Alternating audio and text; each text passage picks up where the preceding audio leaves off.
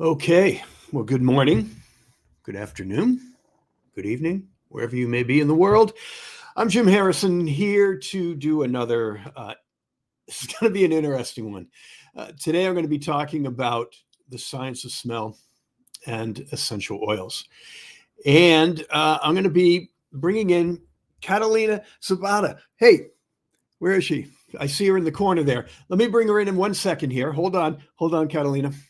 And I'll get you on in a second here. I just want to tell everyone what's going on here. So, yeah, today I'm going to be talking about the science of smell. This is a course. Well, no, I shouldn't call it a course. It's part of my olfactory course, the course that I designed for Bastyr University. And it's part of my olfactory section, talking about the olfactory system. I'm going to talk a little bit about that today. I'm going to be asking Catalina some interesting questions that she doesn't know I'm going to ask her yet. So I'm going to get to that in a second. And the way this works is I'm going to be, in a way, demonstrating how to pay attention to your olfactory system. Our sense of smell is powerful. And so to understand how it works, but more importantly, to recognize how it works is what we're going to be demonstrating, doing, playing with, is understanding the olfactory response to odor. So before I get to that, I just want to let me plug this one up here a second, just to kind of give you a place where you can contact me. I'm Jim Harrison. If you haven't attended one of my talks before, and I've been working with essential oils and plant-based extracts for over 25 years, and I've pretty much done everything. You know, I've been an educator. I've been a formulator. I co-founded a plant-based skincare company, and so manufacturing, education, teaching about the science of essential oils and the olfactory system. And it's been a long process. There's a lot going on. It's ever evolving. Even though I've been doing this for 25 years, you just never get jaded. You never get jaded. There's always something new that pops up. And so if you would like me to come to your spa, your resort, your whatever, I can train your staff on the use of essential oils and plant extracts. But even cooler is, while I'm there, I can do guest workshops. And this is actually one of the workshops that I do with guests at your spa and at your resort. Okay, so I think I see Catalina in the background there. And let me see. Hi, Catalina. You're on. You're here. You're happening. Oh, I think I was muted. Can you hear me now? I can hear you now. Okay, Yes. great. It's so good to see you always. Thank you for. Really nice to see you too. I'm Yeah. excited for this. Did you get your walk in? Is it a I, nice day in Colombia? it's incredibly cold in Bogota. It's been raining a Oh, lot. We've been complaining a bit about it because it's very windy and it's not just, the typical rain, because we do get a lot of rain all year round, but this time of the year has been rough. Like, I feel really? super cold. I literally have a blanket with me. I couldn't help, wearing some layers. I was Huh. actually grabbing a scarf before you put me on. That's how Well, you're cold I am. prepared, aren't you? Yes, yes, Well, I'm cool. cold. Cool uh, as in, hey, that's cool. Not cool as in, I need a blanket. So, ex- yeah, yeah. yeah. Well, weather's always interesting. I'm here in Seattle, and so rain and wind and that kind of stuff is just Uh, starting, and we'll have it until June, which is, exactly. Yeah. how Getting beautiful is ready that? for the season. Yeah. Yeah. So, Catalina, what we're doing today, and we've already, just so everyone knows, Catalina and I have talked about this. Catalina was on, I don't know, a couple of months ago or whatever it was, Mhm. and I was doing one of my consultation processes, whatever we want to call that, and I ended up making a blend for Catalina, which took like 80 years for it to arrive from here to there. That's freaky. That was just freaky. Yeah, but she got it, and there was one formula that I made for Catalina. It was called Hummingbird because the whole conversation revolved around hummingbird. Look, there it is. It has a hummingbird on the label. It's beautiful. That's pretty cool. And all right, so the I'm not going to get into the reason why I made the blend, because I actually can't remember all the details, but it really was all about hummingbird energy, right? And so this is, you know, part of the olfactory exercise. And now you've already smelled this one, so everything else, just so everyone knows what the game is, I sent, along with that hummingbird, I sent Catalina 5 blends. Were there 5? Yeah. Okay. And those are all numbered. Yeah, there's no anything telling Catalina what is in those bottles. The only thing that's going to tell her what's in those bottles is her nose. And this is what the exercise is to listen to your olfactory system, I guess is the way I want to explain that, and coming up with descriptive words and feelings about the odor. This is what the process will be, the practice will be. And so before we do that, with the hummingbird blend, I don't want you to put any on. And you've already smelled it, you've already gone through this whole thing, but just give it a sniff right now. Just tell me any immediate responses that you have towards it, which are going to come from what you've already experienced with it. Yeah. Okay. Opening it. I love it. It smells like hummingbird. I don't know what a hummingbird smells like, but I think it does smell like this. That's kind of a funny thing to think about. What does a hummingbird smell like? I really want to smell one now, but that's a weird thought. I have a feeling I have not duplicated the natural odor of a hummingbird with that blend. But the feeling is there. Yeah, it is. It's like it just brings back my story, because this came from my storytelling, you know, like that was the whole point of it. I feel like it was me giving you all of these details of these different stages of a story, and I feel like that's what I really do get from this when I smell it. It's a whole journey, you know, like it's not just, oh, okay, it's one smell, that's it. It takes me to different places, and I feel like that's also how I shared my story, which is, I think that's in your profile, and that's in mine too, in case anyone is curious to see it, because then, you know, it'll make more sense. Yes. Right? Like, yes. To actually watch. Yeah, the video, the whole video is in it's in our LinkedIn stream. So if you're on YouTube, because there are people on YouTube watching this, you're going to have to go to LinkedIn. Actually, no, you can go on YouTube. It's still up there. Yeah. Okay. Well, we're all set. It can be seen. So I had a thought and then I went off into something else. The process here was, so the story, and what I was doing, I was trying to create a blend that would represent that story.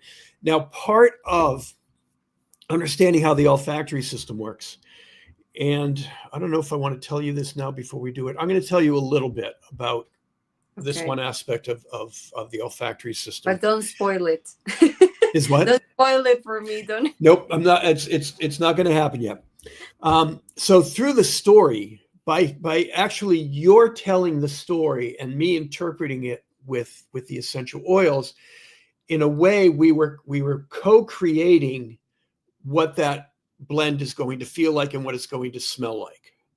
And you know, even without the specifics of the story, right? It's all about verbally communicating. And when you verbally communicate a smell, you actually take that communication into the process of your smelling. And so with the olfactory system, and this is for, you know, I focus mainly on with spa therapy and wellness. And the olfactory system is a healing tool. It's part of the therapy.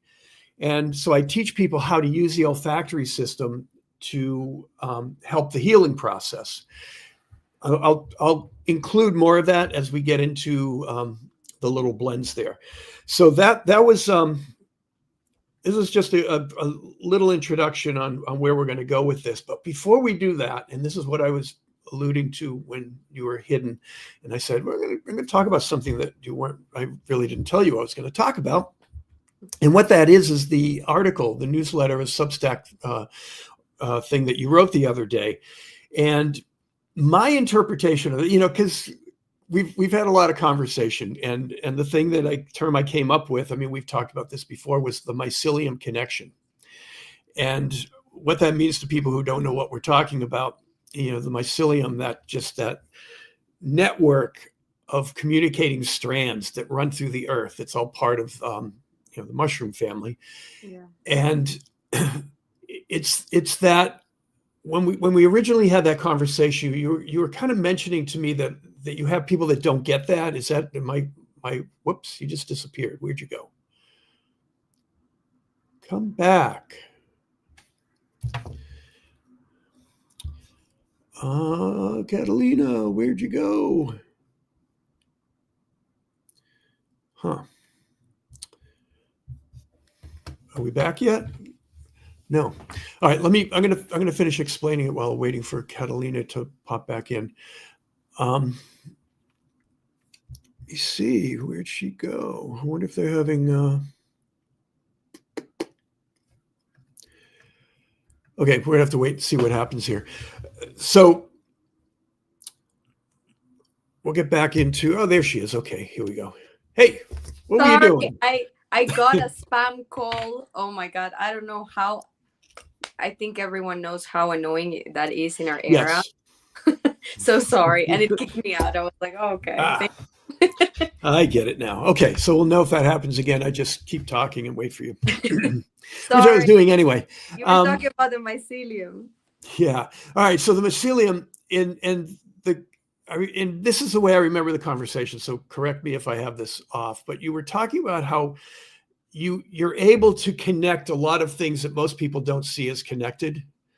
And it seemed like you're criticized for that. Is that kind of where you were going for that? People say, hey, get in your lane and just stay in a lane, right? Yeah. I mean, a lot of the things that I've heard, they have been in different contexts. Like a lot of people might tell you, no, you have to specialize in one thing, which is, I think it is important, no? But if you are only focused on that thing, you might miss on other things that are enriching or giving information that's very important to that one subject, to that one thing that you are trying to communicate or to get like dive deep into and understand. And I think we cannot isolate one thing, just like in the body, right? Like when you mention your methodology of outside, inside, outside, it's like it makes so much sense, because in the end, you cannot isolate scent to only what you perceive with your nose, and that's it. Right. It's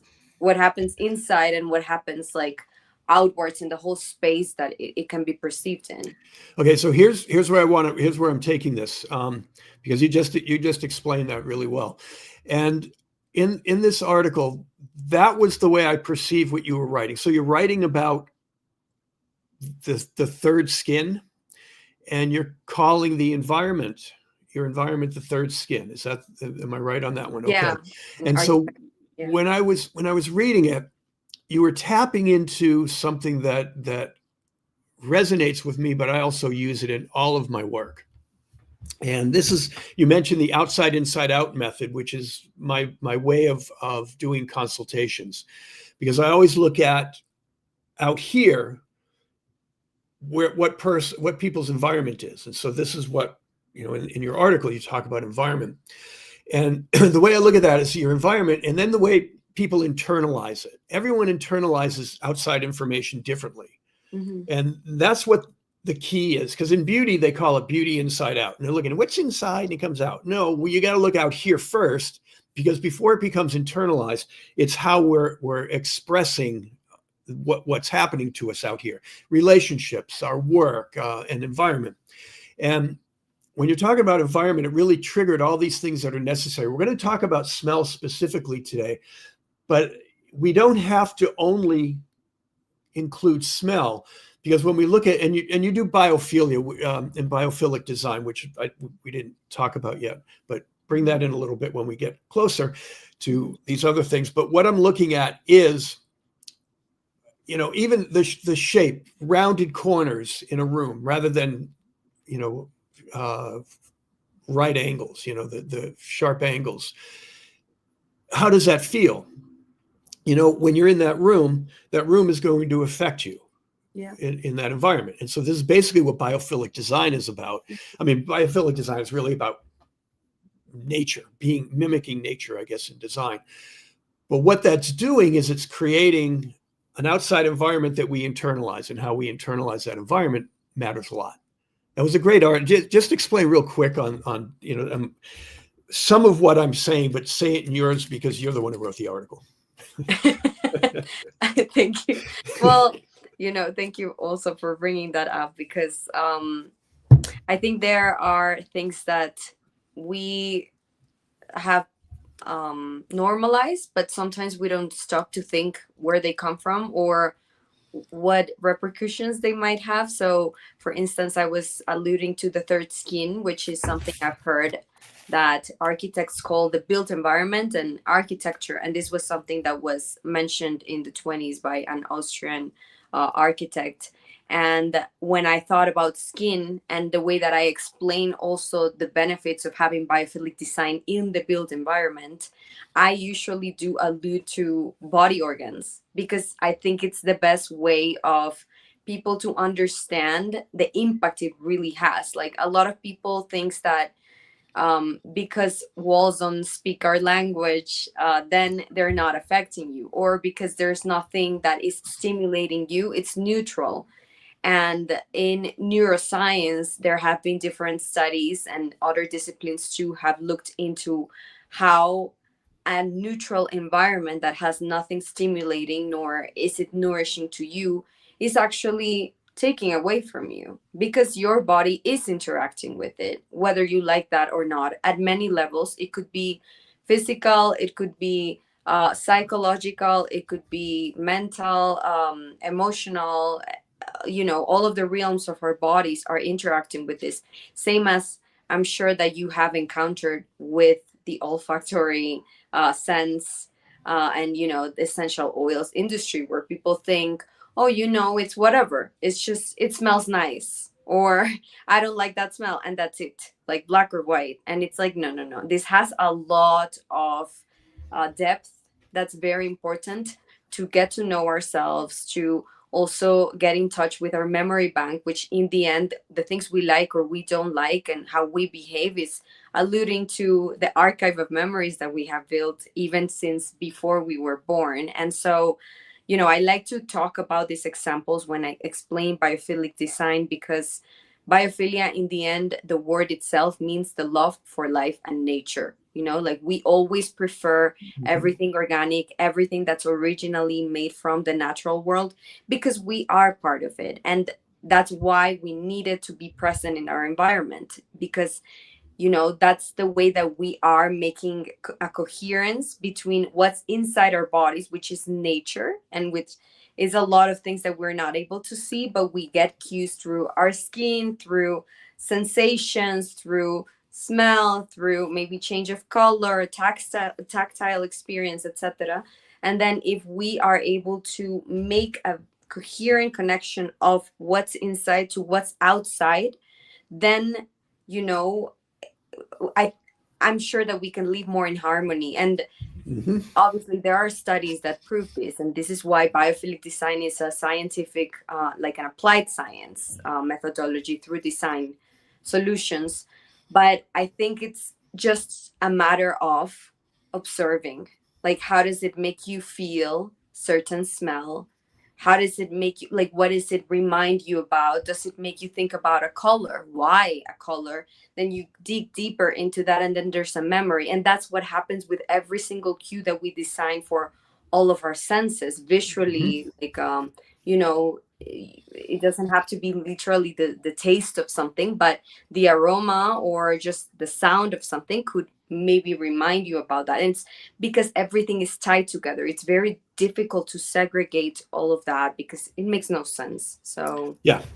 So this was the reason why I wanted you to talk about this, because what you're saying is going to influence how you smell these oils that we're going to be smelling.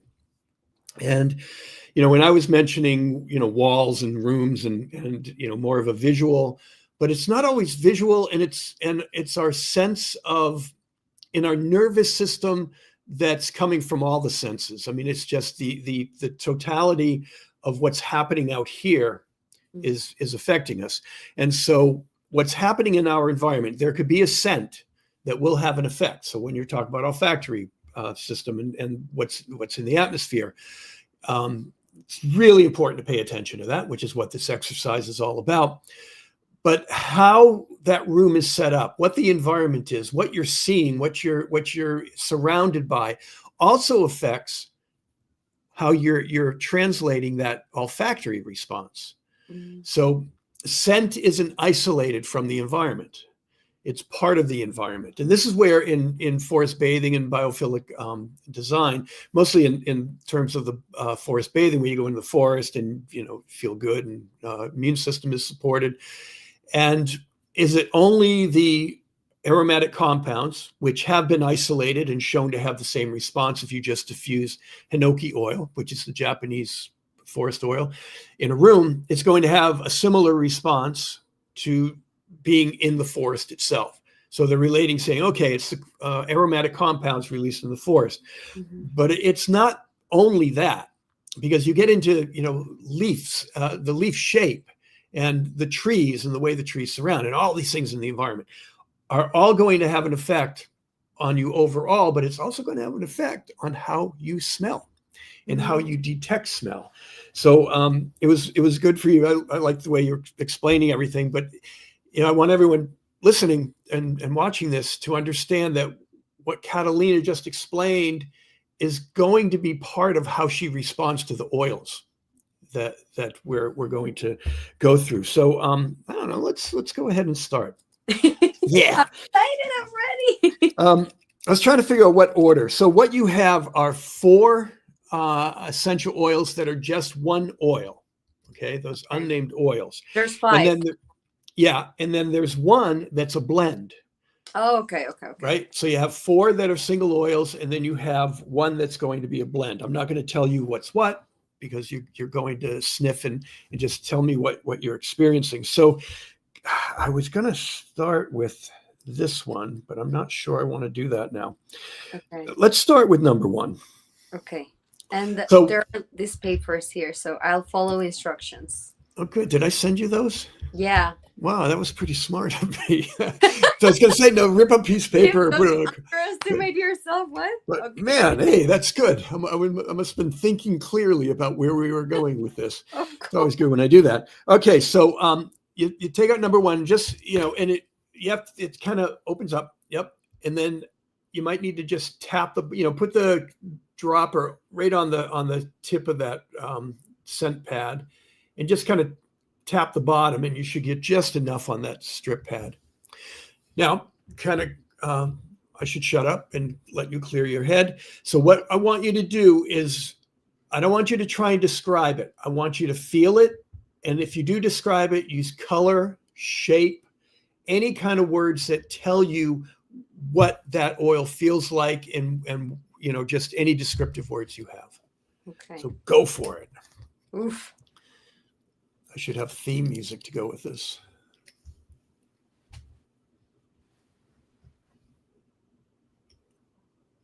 I perceive something very warm, like very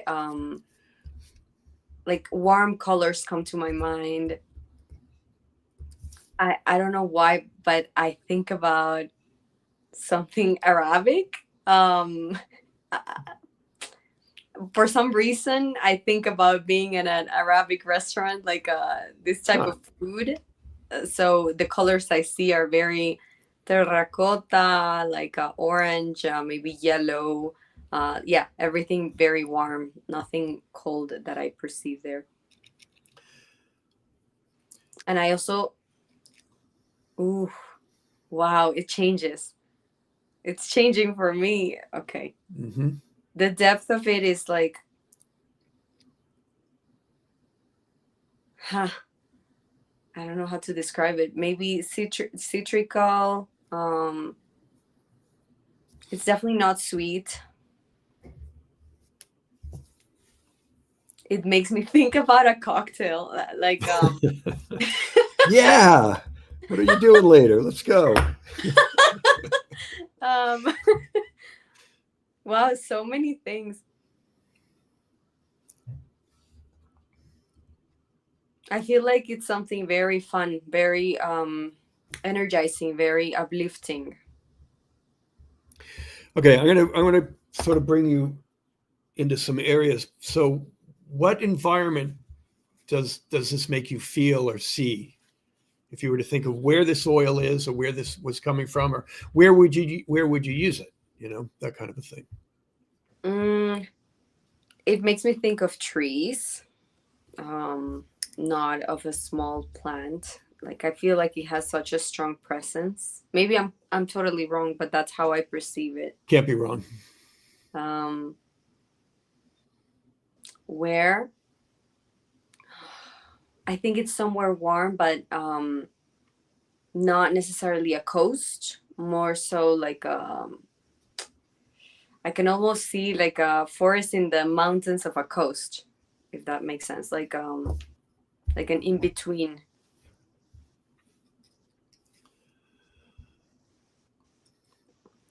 All right. So, the exercise here is now in the course. The way I do this is I go through, like it's a weekend course, and we go through, I think, 25 different oils that are Wow. all numbered. Wow. Now, what I have my students do at the end is they have 25 oils, and all they have are the descriptions, like what you just did. And then they have to create a blend using just 5 of those oils out of all of them, Wow. right? And so what you're doing is you're explaining, like if you looked in a book therapeutically to see what this oil did, you would use what you read in the book to mimic or to match what you're trying to do therapeutically.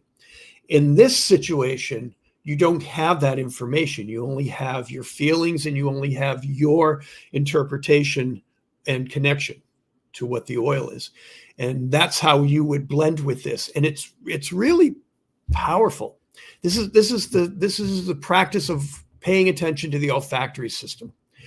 If you pay attention to your olfactory system in every environment, you can understand why you feel certain ways, along with all the other things that we talked about, shape and all that kind of stuff that goes in an environment. But scent is a behavior, uh, conductor, modifier, however you want to look at that.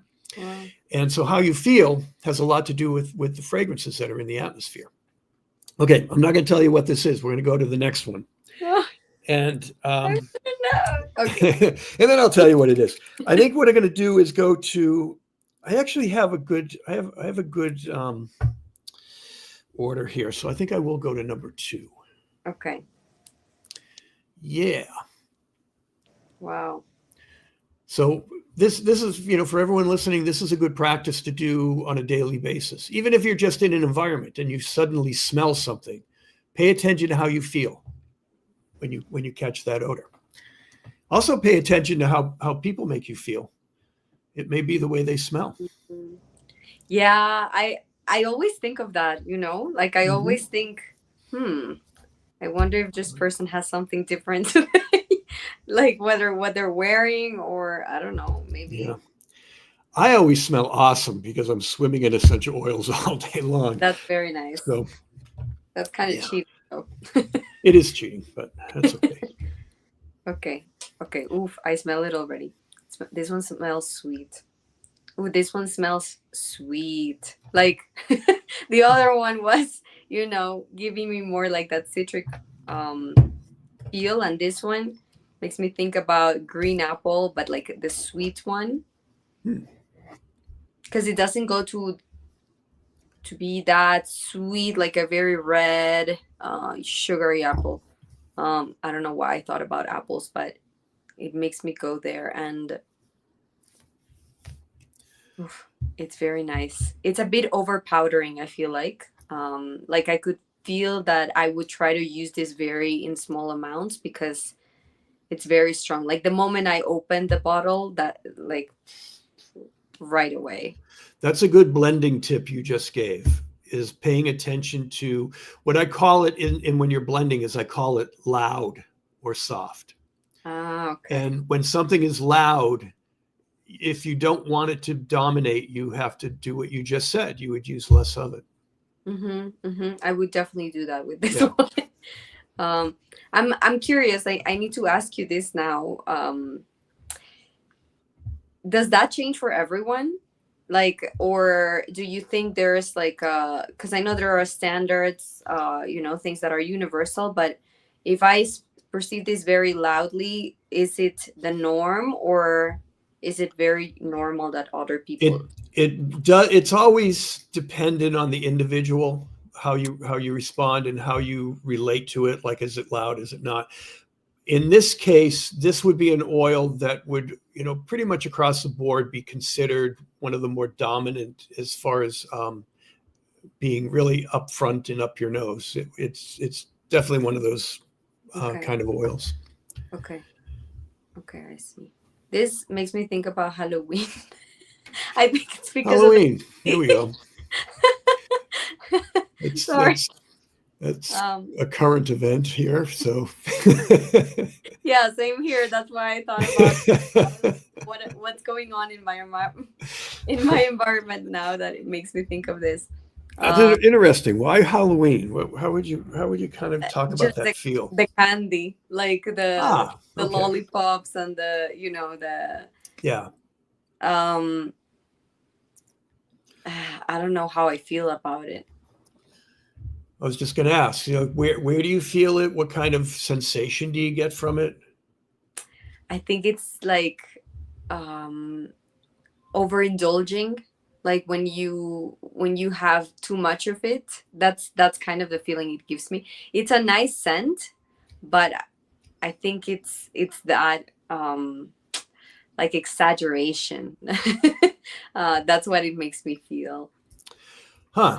I'm going to tell you a little bit about two words you just did and wonder if I fit those, because this is one of my favorite oils ever. And Wow. so, does that make me overindulgent or, you know, Maybe. wait a minute. Is that my personality? What's going on here? Maybe it But could be. I mean, I was relating, which is why I brought that up. But uh, anyway, I love it. okay, so that's number two. We're going to skip number three and go to number five, Okay. unless you're not done with that. Do you think there's more you want to say about that? No, I'm very curious about this one because it's one of those smells that is very overpowering, but it's nice. Like I want to smell it again. Um, let me see.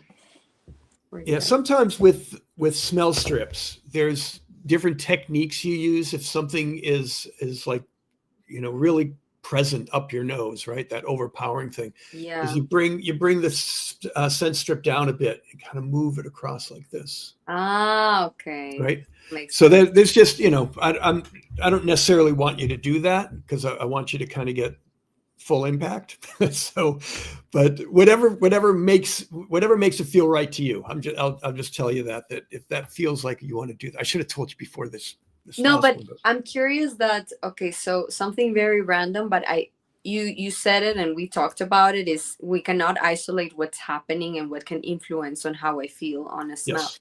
So this morning since I woke up, I've been feeling a bit of reflux, like this this feeling of, I don't know, like not that I'm gonna be sick, but I felt it. That's why I also went out for fresh air because Oh, I wasn't feeling well. So I wonder if this is something I should not try to smell when I'm feeling uh, that way. Like my stomach is sensitive in terms of, you know, maybe I ate something heavy, or maybe there's something that wasn't sitting well in my body in terms of food, or or I'm having a very emotional moment where we somatize those things too in our stomach. So I don't know. The answer to that, should you smell it when you're in that space, is yes and no. And the yes part is if that fragrance helps bring some balance, because everything you just mentioned, the therapeutic properties of that oil would help bring some balance. At Wow. the same time, your reaction could be more discomfort than comfort because of what you're experiencing. And so you want to find a different avenue to kind of bring you out of that discomfort that you're in before you would smell an oil like this. So that's why it's a yes and no. So it Mm, could either be therapeutically perfect, or it would be not quite the right time for it. ah, okay, okay. Yeah, That's interesting. Okay. yeah. I'll keep that in That's why, mind. essential oils, working with essential oils is an art. And there's so many aspects to understanding it and working with it. And so anytime you're using an oil, these are all the things. This is why this is an exercise to demonstrate how we can understand or better understand how essential oils work. And this is part of finding all those nuances and then turning the understanding the nuances into the skill of either selecting oils or blending oils. Okay, okay. Yeah. Wow. It's complex. It's very Um, it's complex and fun. The more you know, the more you can do. But the reason it's not so complex is because just do what feels right. mm, And the more details you have, the more you can intellectually analyze it. But this is really an exercise where we don't involve the intellectual centers, which, when it comes to the olfactory system, isn't involved anyway, which is why the language that you're using and the language we have for fragrance and scent comes from our other senses. So like this one you mm. described as an apple and sweet, Yeah. and these are all words that come from our other senses, because the olfactory system bypasses the intellectual center, so we don't have language. So we describe it in feelings and in descriptive words. If you were smelling rose, you'd say, "Oh, it smells like rose," Mm-hmm. right? That's not a scent word. It's a noun. It's a thing, right? Yeah, yeah, that's true. Okay. So this next one, number 5. Okay, so this one, as soon as I opened it, and even now, it took me to a specific place I've been to, and that's it's like 2 hours away from Bogota. Bogota is more like the fall season, all year around. Sometimes sunny, sometimes a bit warmer. But in this place, the weather is definitely hot. Like it's like between 70s is like the usual, and Mm-hmm. it's within the mountains and rivers, so it's not coast. It's very actually forest, like very, I feel like very wild, very lush. You see a lot of bamboo. You see a lot of the variation of it, which I don't know the name of it in English, but it's called guadua, we call it. It's, you differentiate them because one is thinner, the other one's thicker, but they use it a lot for structures, constructions, and kind of like tools, or at least traditionally. um, it makes me think a lot about green, a lot, like very herbal, I would say. It gives me almost like a grass, like when you are picking up on grass, that feeling, and that also that smell, like it smells very very green. Now I'm very conscious about me using other senses to describe it. That's the only words you have, but that's the way to do it. It's poetry in a way. I love it. It Yeah. also makes me think about specific shapes of leaves, not round, but actually like more sharp, like longer, like maybe even yeah, with sharper edges, not really soft, not really like a smooth um like furry feel, but maybe just like solid. um Is there yeah, anywhere in your body where you feel it more than other places? my throat. Cool. Um, Should we move on? Yeah, let's go. Let's go to the next one because then I Oh, want to kind of do a. I loved this one. You gave me really good memories. Thank you. Well, that's a good one to love, and I'll explain that when I tell you what it is. Um, Number 4. Before we do number 3, will Oh, be the last. okay.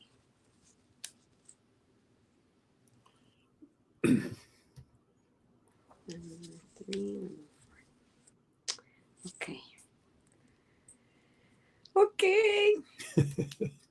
Yeah. I love this. I feel like I don't know why, but it makes me think that if you were to dedicate to this like you do, you have to be very, very impeccable with with yourself, with your environment, with your body. Like I would be wanting to eat cleaner than I do. Like my habits want them because your body becomes a vessel that needs to be very clean and very clear for you to identify these things. I mean, obviously, you already have your trajectory and relationship with scent, but Mm-hmm. I feel like still, even if you do, as you said, many things can influence on how you feel or how you perceive them. So, Yep. wow, admiration. Yep. Okay, It's fun. It's a lifestyle. I love it. I think I got it. Oh yeah, I got it. Ooh, ooh. That's what I'd say too. I like this one. Ooh. It was unexpected. Ah, this is floral to me. This makes me think about this. Not sure the name of these flowers, but every time I'm in the street and I am walking and I see these flowers, because Bogota is a metropolitan city, so are very lucky that we still get a lot of biodiversity everywhere. Mm-hmm. And this makes me think about these white flowers that just give you a sudden, very unexpected smell when you're in the street and you're like, oh, that's so nice. Thank you for that. Like that break of the city pollution and Mm-hmm. noise. It's very gentle too. It's like very delicate, I feel like the smell. I feel like it's strong in a way, but I feel like it would come from something very delicate. And it's kind of sweet, but I don't know how to describe its sweetness. Like I don't feel like it's a sweet from candy, but more from dessert. If that makes sense. Um, I can understand that. Uh-huh. okay. I mean I don't know how to describe that category, but it feels more like a soft cake than like very You do aromatic. you're doing really well with all this because it's one of the harder things. Like I struggled to describe fragrances when I first Really? started. I really did. Yeah, it was hard finding those words because it's a new practice, when you're first doing it. Yeah. Yeah. So where do you feel this one?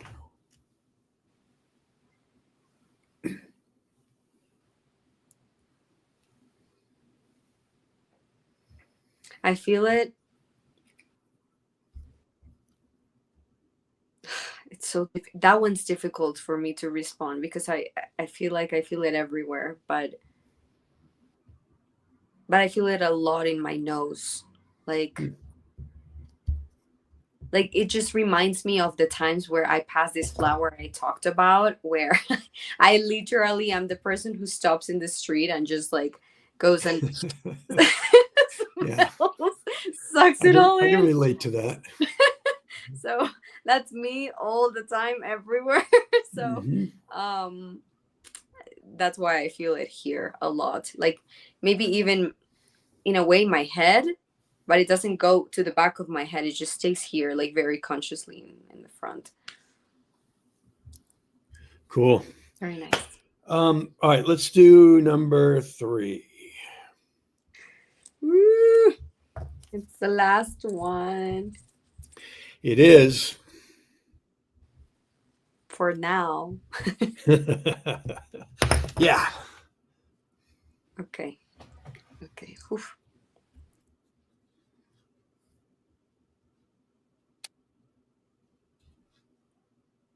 Wow. Wow, I like it a lot. Oof. This one smells like a nice candle that I would have at home. Like I would want my home to smell like this for nice visits. Like it smells like a very cozy place. It makes me think about wood. Not necessarily that it's wooden, but it makes me think about a place with a lot of wood, maybe even a fireplace.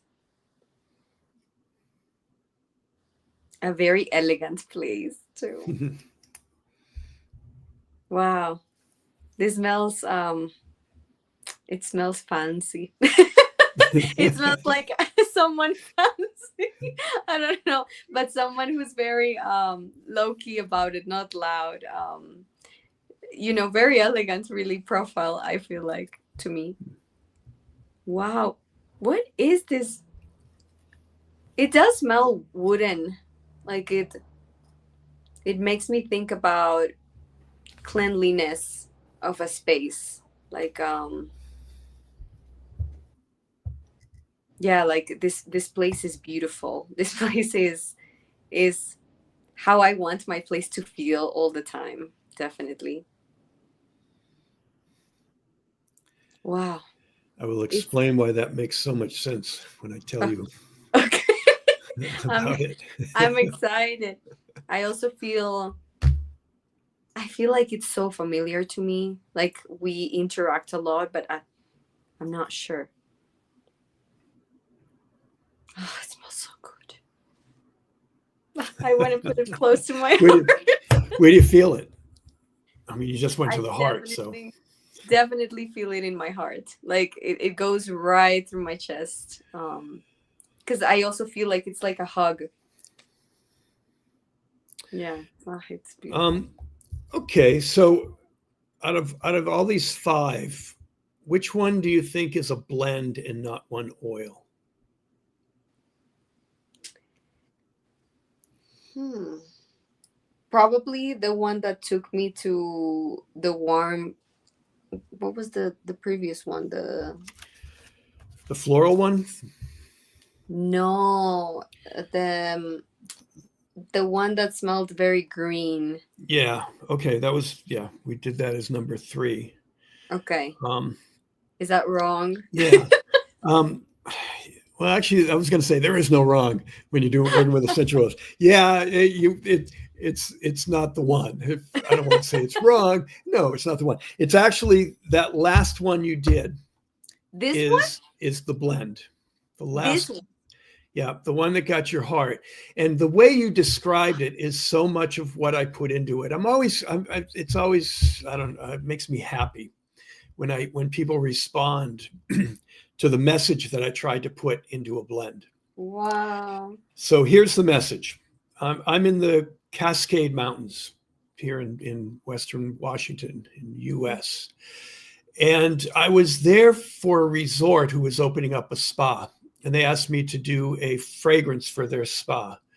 And as I'm sitting on their patio looking out over this beautiful vista, the mountains and the trees, and I'm thinking, I have that oil and that oil and that oil. And so what I did, and people are on vacation, so the scent in the air, when you Mhm. hop out of your car and you arrive at this place, you're immediately put into vacation mode because the scent and the memory and the emotion. So I thought instead of changing that feeling, I should create that same, mimic the environment and let it carry on into the spa. So when you walk from outside to inside, instead of a dramatic change, and now smells all fluffy and spa-like, Mm. I kept that odor, but I wanted it to be more sophisticated. And you said all the words too. I mean, they're in the way that you were describing it. I want it to be elegant because spa has to be a certain elegance. And so, yeah, this one is very much a biophilic blend. Wow. Because it's needle trees, it's pine and spruce, and did I put fir? I can't remember. And then also very grounded. I have vetiver, which is a root oil, and trying to think what tree I put in there. Does it have any Palo Santo in it? No. No. No, what comes up is it's a similar fragrance, but not really, where it's kind of sawdusty. It's the very core of the wood of a cedar tree. Wow. And then I threw some frankincense in there, and I call the blend Sanctuary. Wow, this is a sanctuary. Wow, wow, wow. I love it. This is mind blowing. Wow. So now I'm gonna have to send you some. It'll be there in 6 months. So.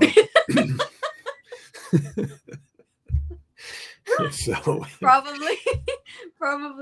Wow, this is seriously wow. Yeah. So that's a blend. You just turned my nose into a sanctuary. Like that's the way with to be. This, if that makes any sense, but in my head it does. Okay, so now let's kind of go back to the other ones, and I'll start over again with number 1. It's an oil called Cape Snowbush, and it comes from South Africa. It's very much, or not so much, but it has similarities to a lavender. Oh. And with the way you were describing it, you almost were capturing a kind of a herbal lavender type feel. Where you're warm and calm, and I wrote all these things down so we know. Arabic, though, that was interesting. Terracotta is what you were getting, right? Maybe memories where I've smelled something similar. Yeah. Like almost the spices of the food. Like most of my friends when I was in New York were from Saudi, and obviously, I got a little bit of like a taste of their culture and yummy food. Yeah. Great spices. Delicious. Incredible. Lebanese. Yeah. So the environment here was a little different than what you were, excuse me, what you were getting. The environment, it's actually coastal. And it's kind of, I think, on the cliffs of Cape area of South Africa. Wow. Excuse me. It's all good. I'm going to also take a sip. And the, so Cape Snowbush, it's a really balancing oil. It's not very common. And so you don't see it too much. Okay. And the you were kind of describing the aroma, but the feel, again, excuse me, is about balance, emotional, physical. So it can be calming or it can be energizing. Okay. So it's really good like that. I love it. I really liked it. I think it's also very tied to my emotions. Yeah. Okay, the next one is also South African. Mm-hmm. My favorite oil, Cape Chamomile. Yeah, of course. I told you about that, right? Yeah, as soon as you said it, I was like, wow, this is not now. Smell it. I want you to smell the Cape Chamomile and then smell the hummingbird. Okay. And I want you to see if you can detect Cape Chamomile in the hummingbird. Wow. Yeah, absolutely. I don't even have to smell the hummingbird. I'm using it almost like my perfume. So, cool. So I'm getting very familiar with it. Yeah, it definitely gives me that sweet hummingbird smell that I expect to perceive when I get to smell one. So one of the things I just did was I created a verbal cue, and this for a spa therapist or any therapist who's working with scent, it's a really powerful tool. Where if I tell you that the oil is calming, it's likely going to be calming. And it doesn't matter if it's, like peppermint or rosemary that they say is stimulating. If I let you smell those and you weren't really familiar with them and I said it's calming, it would be a calming oil. So when I just asked you, do you smell Cape Chamomile in hummingbird? You're now going to go, oh, yes, I do.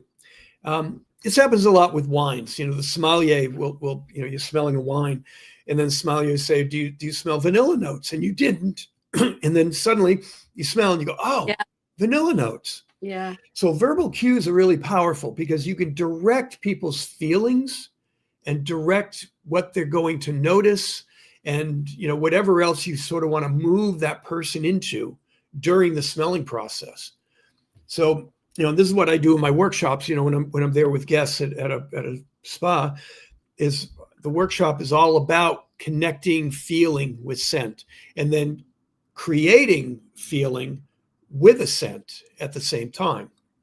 So it's a pretty cool process. Yeah. It's fun to do. But this is why I labeled that blend Sanctuary. So if I gave you the blend before you even smelled it, and you see Sanctuary written on the label, what would your feeling be before you even smell it? Yeah, of course. You're gonna have this expectation, like heavy expectation of something that feels, Yep. incredibly, yeah, holy. Yeah. So yeah, Cape Chamomile, absolutely my favorite oil. And Mhm. I can put it in there. If I want it to show up, I can blend it, surround it with other oils, and it won't smell like Cape Chamomile, but it's very present. I can also blend it where it can become more subtle and becomes part of the blend, where you don't detect Cape Chamomile, even sometimes if you're trying to find it, depending on how you blend. Mhm. So it's my favorite oil. Wow. Therapeutically too, because it's really good for the central nervous system. It can calm the autonomic nervous system, which is a discussion that I had with you without saying that, because you were talking about symptoms that are kind of autonomic related in a Yeah. way. And so part of what Cape Chamomile can do is soothe central nervous system, but also autonomic nervous system, bring balance. So it could have been therapeutically the right oil for you to use for what Mhm. you're experiencing. Mhm. Or that's why I said yes and no. The no part, it could trigger, it Mm. was too aggressive or too Okay. much Yeah. in the case of where you are. So Mhm. this is when you're a therapist working with essential oils, all of these things, all these dynamics have to be considered. So there's a lot to it. The next one was neroli, which is orange blossom. That one was so we did one, We two. were out of order. So number 5 was the third one we did. Okay. Okay. And it was, Organizing. you described it as mountains, rivers, you actually described it as, warm environment, which is where citruses grow. Citruses grow in warm Mm, environments. Um, this is a really special neroli. It comes from Seville, where a lot of the neroli comes from Tunisia, or I think some comes from Egypt, okay. similar places there. And but the one from Seville is actually the bitter orange trees that they make marmalade from. Wow. So it's very, there's just something special about this, but it's not only where it grows and how it's grown. Because when I talk about quality, which is I'm doing a talk tomorrow on quality, and I'll bring this up, where these guys have a way of collecting the flowers that's no machines. This is very hands-on. So you're only going to have limited supply of this neroli.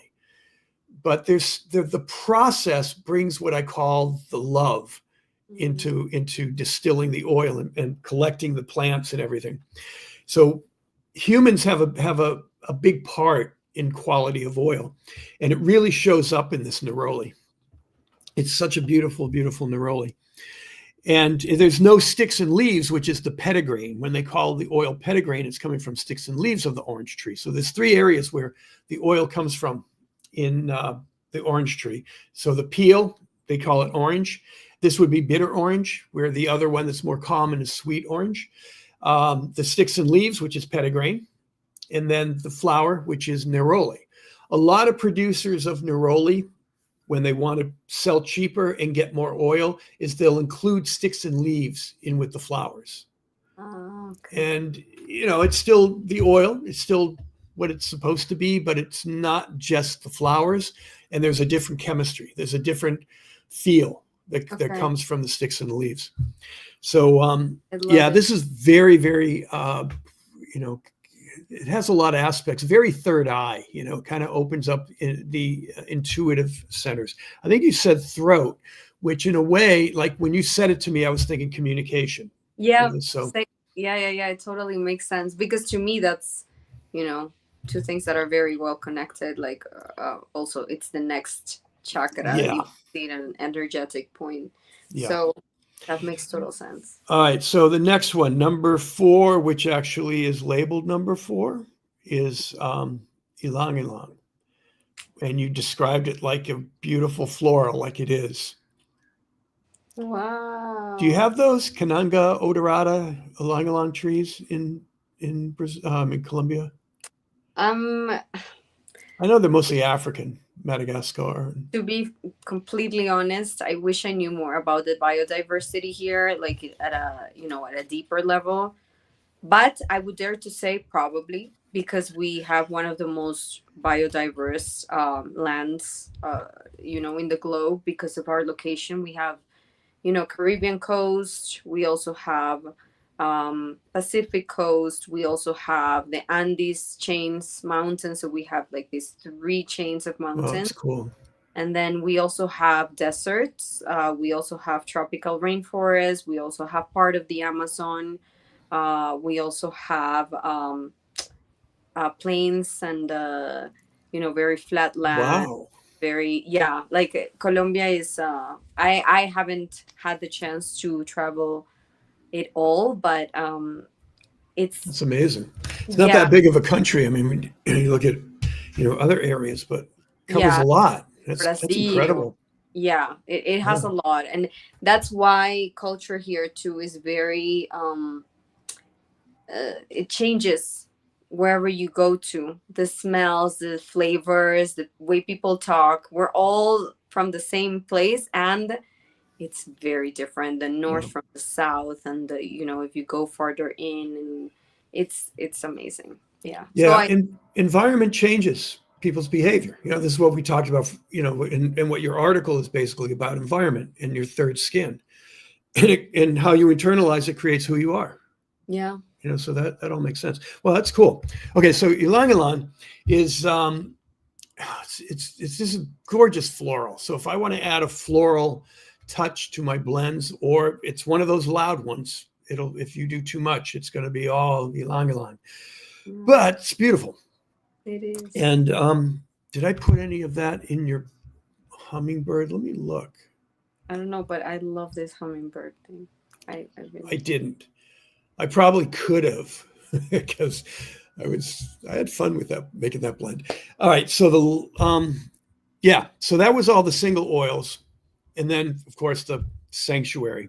do. Mm-hmm. So the process, you just it was I just knew you would be awesome at this. Thank So the way you presented the stuff, you have an awareness, and this is what is challenging. It was challenging for me. I didn't have that kind of awareness, and so to be able to describe scent is a challenge for a lot of people because we don't have the language, and it's one of those elusive senses that we have where a lot of people don't pay attention. The story is when people are asked what of the five senses would they give up first, majority of the people will say smell. That would be the last one I would give up. Oh my God, I know. Yeah, because the sense of smell is 100% communication. It tells you everything you need to know about your environment, Mm-hmm. and which is what it's all about. It's about protection and survival. So it's food or danger. It's basically what it is. And if you don't pay attention to the sense of smell, you're missing a lot about your own behavior, your personal behavior. So the practice that we just did helps people to become more aware of what's happening in their environment, what's happening to them, how they're responding. When they walk into a room and they feel uncomfortable, is it a scent? Pay attention to the scent. Mm. And you'll know whether, because you could have been exposed to a fragrance that you're not really aware that you have an emotional attachment to. And it could be a negative attachment. Yeah. The story I always tell is a woman that she'd get up and leave every time something with rose went around the room. And that's beyond, I don't like it, pass it on. She had some form of anxiety with that scent. She didn't recognize it. She just thought she didn't like it. She was going to walk away. right? Mm-hmm. And so this is where, this practice helps you to become more aware. One of the things I didn't say to you, which I didn't really have to, is I have one rule in pretty much my whole life. One rule: do not like or dislike any of the things that I pass out to smell. That's what I tell people in my class, because like and dislike is based on our emotional relationship with scent. Yeah. And so what I want people to do is to ignore that, because it's going to be triggered first. And then the second thing that people try to do is they try to smell, what is it? If you smell a compound called cineol, you're smelling it and you go, oh, it's eucalyptus. But no, it could be bay laurel, or it could be rosemary, it could be all these other things. So the way our olfactory system works is it tries to detect from our memory whether this is good or bad. Though we don't always relate to that in the same way anymore, because we're the way our society is set up, we know what's safe and what's not safe. But smell does affect. If you walk in and you smell smoke, you immediately go into fight or flight, right? Yeah. So there are certain obvious ways that smell is telling us what's going on. Mm-hmm. So this was really, I really appreciate this, Catalina, Thank that you you. did Me this. too. I'm And learning a lot. yeah, before we sign off, I want to just kind of do all my little, subscribe if you're on YouTube, like it, press buttons, all the buttons you're supposed to press whenever you're checking me out. Do that, share it, spread the word. And I also am out and about around the world. And so if you have a resort, or if you have a spa, or if you'd like me just to show up, I do staff trainings. I can teach you how to work this as a therapist. And I'm also doing what I talked about a few times. Oh, she must have got a call. What I've talked about a few times is that I do workshops for your guests. So if you bring me in, I can do a staff training and then do these hour-long workshops, which are a lot of fun. They're very experiential. And so I could take your guest on a journey with this olfactory system. And let me see, we've got Catalina back again. Yay! The spam call again, The but spam calls. at least that one was polite. They were waiting until the end. Okay, I just had to do one more thing anyway. I want to just say here, this is, if you want to get in touch with me, this is the way to do it, or just go to my website, jimmharrison.com. So, Catalina, always a pleasure. And I really appreciate you doing this. You were just like the perfect model for this, because I like the way you're connected. You have good perception. So it was good. So thanks, Catalina. Gracias. Thanks to everybody else. And see you on our next ride. Ciao. Bye. Thank you so much.